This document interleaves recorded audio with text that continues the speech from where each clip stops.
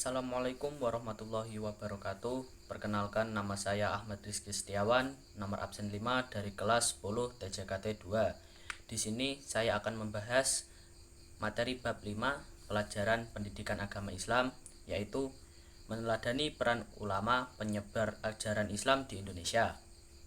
1. Masuknya agama Islam di Indonesia.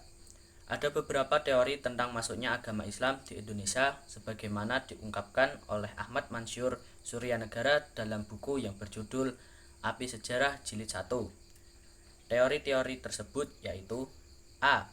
Teori Gujarat oleh Profesor Dr. C. Snauk Hurgrons. Menurut teori ini, Islam masuk ke Indonesia dari Gujarat.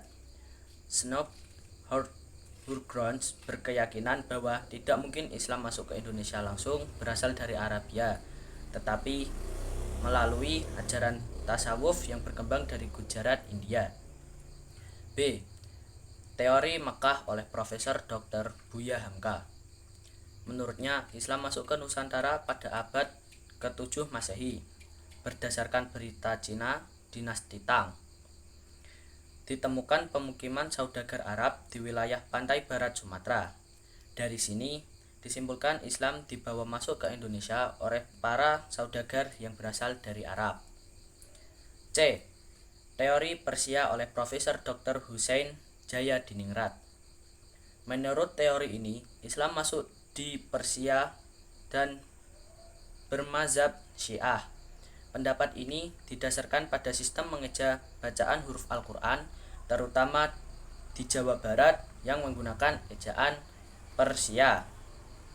D. Teori Cina oleh Profesor Dr. Slamet Muljana. Menurut Slamet Muljana, Sultan Demak merupakan keturunan Cina. Lebih dari itu, menurutnya, Wali Songo juga merupakan keturunan Cina. Pendapat ini didasarkan pada kronik Klenteng Sampokong. E. Teori maritim oleh N. A. Baloch.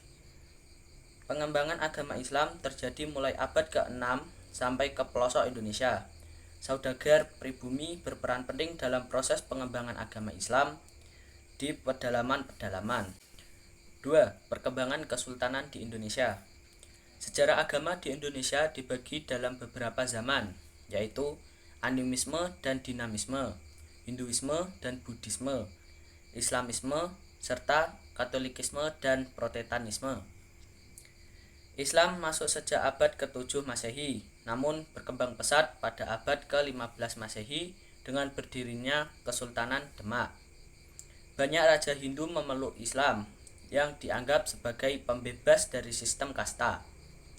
Perkembangan Islam juga dipengaruhi oleh kekuatan politik dari luar, seperti Turki Utsmani.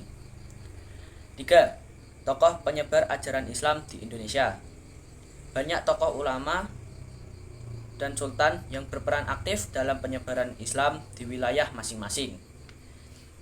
Ada Sultan Malik Al-Saleh 1267 sampai 1297 Masehi, Sultan Ahmad 1326 sampai 1348 Masehi, Sultan Alauddin Riayat Syiah 1538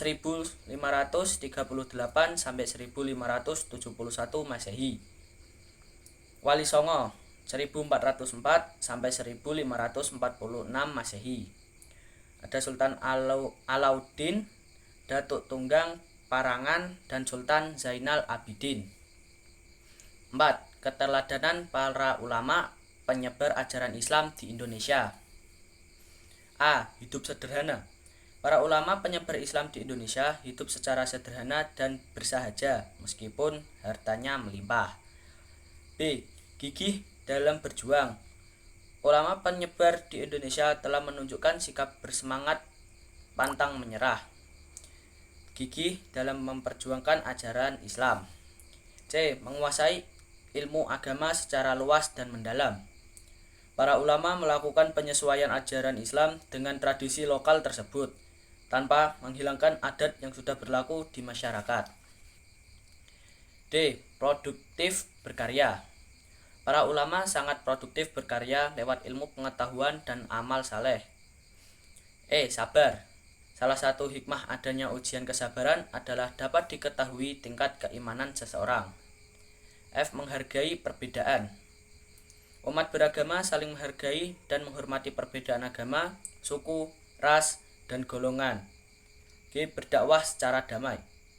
Proses dakwah harus dilakukan dengan mengedepankan dakwah secara damai, bukan dengan kekerasan dan memaksakan kehendak.